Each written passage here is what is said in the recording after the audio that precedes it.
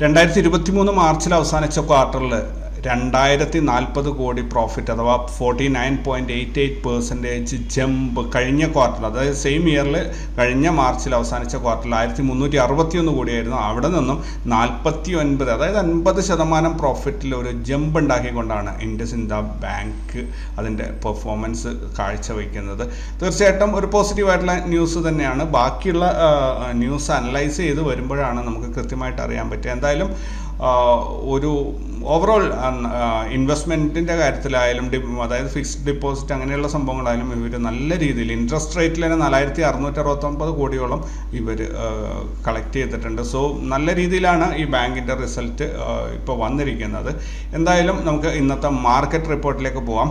ഇന്ന് 2023 ഏപ്രിൽ 24 ഒരു തിങ്കളാഴ്ച, ഒരു വാരാന്ത്യമാണ്. ഇതൊക്കെ കഴിഞ്ഞ് ഹാങ് ഓവറിൽ വന്ന് ഇന്നൊരു പുതിയ ആഴ്ച തുടങ്ങിയതാണ്. നമുക്ക് നോക്കാം എങ്ങനെ ഉണ്ടായിരുന്നു എന്നുള്ളത്. നിഫ്റ്റി ഇന്നലെ അവസാനിച്ച 17,624 നിന്നും 84 പോയിന്റ് ഗ്യാപ്പോട് കൂടി 17,707 ഇന്ന് ആരംഭിച്ചത്. 17,754 ഡേ ഹൈയും 17,612 ഡേ ലോയും വന്നത് വഴി 142 പോയിന്റിന് അഥവാ 0.8% ഇൻട്രാഡേ മൂവ്മെന്റ് ആണ് നമുക്ക് കിട്ടിയത്. ഇന്ന് ആരംഭിച്ച 17,707 നിന്നും 35 പോയിന്റ് ലാഭത്തോടു കൂടി 17,743 മാർക്കറ്റ് ഇന്ന് അവസാനിച്ചിരിക്കുന്നത്. ബാങ്ക് നിഫ്റ്റി ഇന്നലെ അവസാനിച്ച 42,118 നിന്ന് 352 പോയിന്റ് ഗ്യാപ്പോടുകൂടി 42,469 ഇന്ന് ആരംഭിച്ചത്. 42,714 ഡേ ഹൈയും 42,269 ഡേ ലോയും വന്നത് വഴി 445 പോയിന്റിന് അഥവാ 1.05% ഇൻട്രാഡേ മൂവ്മെൻ്റ് ആണ് നമുക്ക് കിട്ടിയത്. ഇന്ന് ആരംഭിച്ച 42,469 നിന്ന് 165 പോയിന്റ് ഇൻട്രാഡേ ലാഭത്തോടു കൂടി 42,635 ഇന്ന് മാർക്കറ്റ് അവസാനിച്ചിരിക്കുന്നത്. ഫിൻ നിഫ്റ്റി ഇന്നലെ അവസാനിച്ച 18,753 നിന്ന് 157 പോയിന്റ് ഗ്യാപ്പോട് കൂടി 18,910 ഇന്ന് ആരംഭിച്ചത്. 19,006 ഡേ ഹൈയും 18,822 ഡേ ലോയും വന്നത് വഴി 183 പോയിന്റ് അഥവാ 0.97% ഇൻട്രാഡേ മൂവ്മെൻ്റ് ആണ് നമുക്ക് കിട്ടിയത്. ഇന്ന് ആരംഭിച്ച 18,910 നിന്നും 82 പോയിന്റ് ലാഭത്തോടു കൂടി 18,992 ഫിൻ നിഫ്റ്റി അവസാനിച്ചിരിക്കുന്നത്.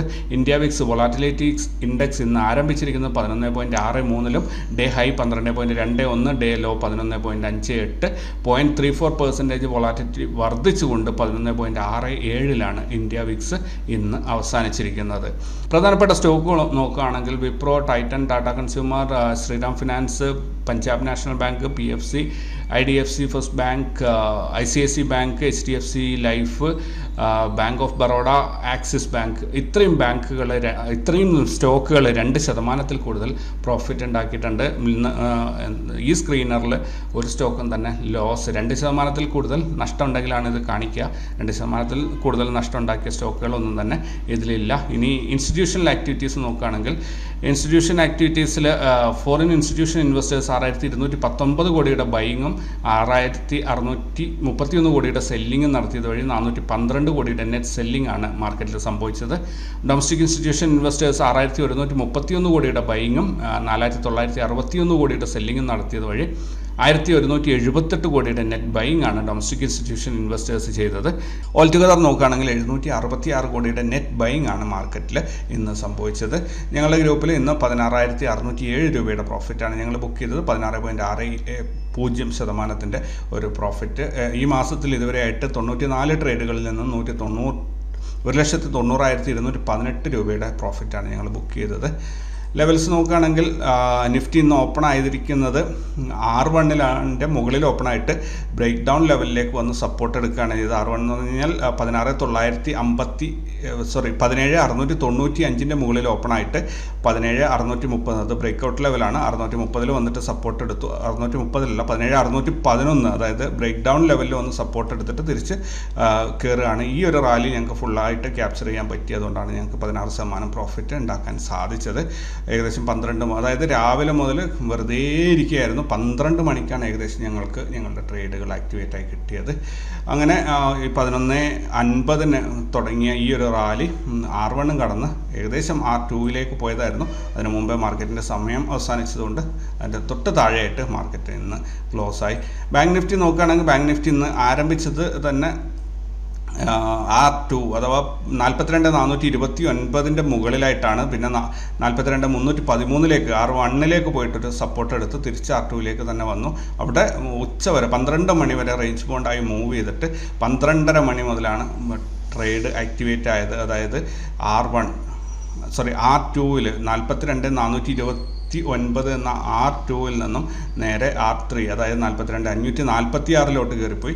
അവിടെ നിന്ന് പിന്നെ പുതിയ ലെവൽസ് ആണ് ഇന്ന് ആഫ്റ്റർനൂൺ സെഷനിൽ കൊടുത്തത്. കാരണം മാർക്കറ്റ് റേഞ്ചിൻ്റെ പുറത്താണ് പോയിക്കൊണ്ടിരുന്നത്. സോ R4 42,663 ടച്ച് ചെയ്തിട്ട് ഇവിടെ വെച്ച് ഞങ്ങൾ ട്രേഡൊക്കെ എക്സിറ്റ് ചെയ്ത് ഒരു 2:45-3 മണിയാകുമ്പോഴത്തേനും ഞങ്ങളുടെ ട്രേഡെല്ലാം എക്സിറ്റ് ചെയ്ത് ഫ്രീ ആയിരുന്നു. അപ്പോൾ ഈ ഒരു റാലി ഞങ്ങൾക്ക് മുഴുവനായിട്ട് ക്യാപ്ചർ ചെയ്യാൻ പറ്റിയിട്ടുണ്ടായിരുന്നു. R2 എന്ന് പറയുന്നത് 42,429 നിന്ന് നേരെ 42,663 240 പോയിന്റിൻ്റെ ഒരു മൂവ്മെൻറ്റ് ഞങ്ങൾക്ക് ഇന്ന് ക്യാപ്ചർ ചെയ്യാൻ പറ്റിയിട്ടുണ്ട്. ഫിൻനിഫ്റ്റി നോക്കുകയാണെങ്കിൽ ഫിൻനിഫ്റ്റി ഇന്ന് ഓപ്പൺ ആയത് തന്നെ R1 അഥവാ 18,858 മുകളിൽ ഓപ്പണായി. പിന്നെ അവിടെ തന്നെ ആ ഒരൊറ്റ ലൈനിൽ അത് കുറേ നേരം കളിച്ചു. 12 മണി വരെ ഒരു ട്രേഡും ഇല്ലാതെ ഞങ്ങൾ ഇരിക്കുകയായിരുന്നു. 12 മണിക്ക് R3 പോയി 18,941 R3. അവിടെ നേരെ R4 എത്തുന്നതിന് മുമ്പേ R4 എന്ന് പറയുന്നത് 19,023 അതിലെത്തുന്നതിന് മുൻപേ മാർക്കറ്റ് ടൈം കഴിഞ്ഞു. അങ്ങനെ അവസാനിക്കുകയാണ് ചെയ്തത്. ഇനി നമുക്ക് ഓവറോൾ പാറ്റേൺസ് നോക്കാം. പാറ്റേൺസ് ഇപ്പോൾ ഞാൻ കുറേ വീഡിയോസിൽ ഒരുപാട് പേര് എന്നെ മെസ്സേജ് അയച്ച് ബുദ്ധിമുട്ടിച്ച ഒരു സംഭവം കൂടിയായിരുന്നു. കാരണം ഞാൻ ഈ ഒരു എല്ലാ ഭാഗത്തും എവിടെ അതായത് ഈ ഒരു ഇത് വന്ന് ഒരു പുൾ ബാക്ക് വരുന്ന സമയത്തൊക്കെ ഞാൻ പറഞ്ഞുകൊണ്ടിരുന്നു മാർക്കറ്റ് മുകളിലോട്ടാണെന്ന്. അപ്പോൾ എല്ലാവരും എന്നോട് ചോദിച്ചു, നിങ്ങൾ പറയുമ്പോഴൊക്കെ മാർക്കറ്റ് താഴോട്ടാണല്ലോ പോകുന്നത്, ഈ പറച്ചിലൊന്ന് നിർത്തിക്കൂടെ എന്ന് ചോദിച്ചിരുന്നു. അപ്പോൾ എന്തായാലും മാർക്കറ്റ് ഓവറോൾ നമ്മൾ പറഞ്ഞുകൊണ്ടിരിക്കുന്നത് ഈ ലെവല് ഞാൻ പറഞ്ഞുതരാം. 17,599 ഒരു സൂപ്പർ സപ്പോർട്ടാണ്. അതേപോലെ 17,830 ഒരു നല്ല റെസിസ്റ്റൻസുമാണ്. ഇതിൻ്റെ ഇടയിലാണ് ഇപ്പോൾ മാർക്കറ്റ് ഉള്ളത്. 17,830 അതായത് 17,800 മുകളിൽ ഞാൻ തുടക്കം മുതൽ പറയുന്നത് ഏകദേശം ഒരു മാസമായിട്ട് പറഞ്ഞുകൊണ്ടിരിക്കുകയാണ്. 17,800 മുകളിൽ ഒരു ഗ്രീൻ ക്യാൻഡിൽ 17,800 മുകളിൽ ഒരു ഗ്രീൻ ക്യാൻഡിൽ അതിൽ ടച്ച് ചെയ്യാതെ നമുക്ക് കിട്ടുകയാണെങ്കിൽ മാർക്കറ്റ് ബുള്ളിഷായി എന്ന് നമുക്ക് പറയാം. അപ്പോൾ അതുവരെ നമ്മൾ വെയിറ്റ് ചെയ്ത് നിൽക്കണം. ഇന്നിപ്പോൾ ക്ലോസ് ചെയ്തിരിക്കുന്നത് 17,750 താഴെയാണ്. 750 ഒരു റെസിസ്റ്റൻസ് ആണ്.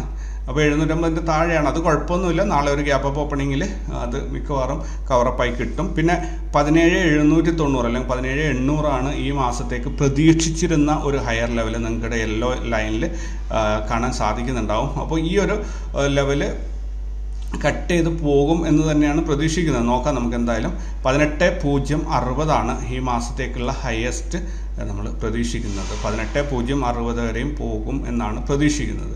സോ നമുക്ക് നോക്കാം എത്ര വരെ മാർക്കറ്റ് എത്തുന്നു എന്നുള്ളത്. മാർക്കറ്റാണ്, ആർക്കും പറഞ്ഞോ പിടിച്ചോ അല്ലെങ്കിൽ വലിച്ചൊന്നും കൊണ്ടുപോകാൻ പറ്റില്ല. മാർക്കറ്റ് അതിൻ്റേതായ രീതിയിൽ പോവും, നമ്മൾ അതിൻ്റെ പുറകെ പോവുക എന്നുള്ളതാണ്. ബാങ്ക് നിഫ്റ്റി നോക്കുകയാണെങ്കിൽ ബാങ്ക് നിഫ്റ്റി നമ്മൾ ഇവിടെ ലെവൽസ് പറയുകയാണെങ്കിൽ 42,000 ആണ്. 42,004 42,004 ഒരു സപ്പോർട്ട് ലൈൻ.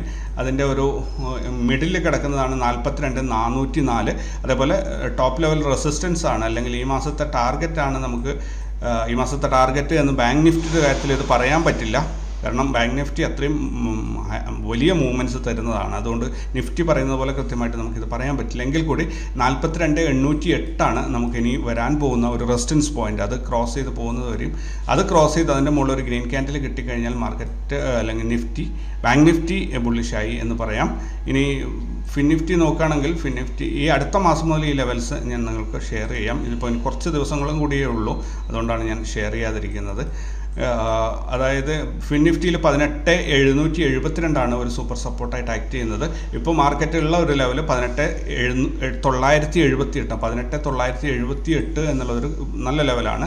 ഇനി മാർക്കറ്റ് ക്രോസ് ചെയ്യേണ്ട ഒരു മെയിൻ ടാർഗറ്റ് എന്ന് പറയുന്നത് അല്ലെങ്കിൽ ഒരു റെസിസ്റ്റൻസ് പോയിന്റ് എന്ന് പറയുന്നത് 19,184 അത് ക്രോസ് ചെയ്ത് മാർക്കറ്റ് മുകളിലോട്ട് കയറുമ്പോൾ നമുക്ക് ഫിൻനിഫ്റ്റി പുള്ളിഷായി എന്ന് പറയാം. ഫിൻനിഫ്റ്റി ഒന്നും അങ്ങനെ നമ്മൾ അനലൈസ് ചെയ്യുന്ന വലിയ അർത്ഥമില്ല. കാരണം ബാങ്ക് നിഫ്റ്റി എങ്ങോട്ടൊക്കെ പോകുന്നുണ്ട് ഏകദേശം അതുപോലെ തന്നെ ഫിൻനിഫ്റ്റി ഓടി പോകുന്നത് നമുക്ക് കാണാൻ സാധിക്കും. സോ ഇത്രയാണ് ഈ ഒരു ദിവസം പറയാനുള്ളത്. കൂടുതലായിട്ട് പുതിയ വിശേഷങ്ങളും പുതിയ വീഡിയോസായിട്ട് നാളെ കണ്ടുമുട്ടാം. എല്ലാവരോടും താങ്ക് യു വെരി മച്ച്.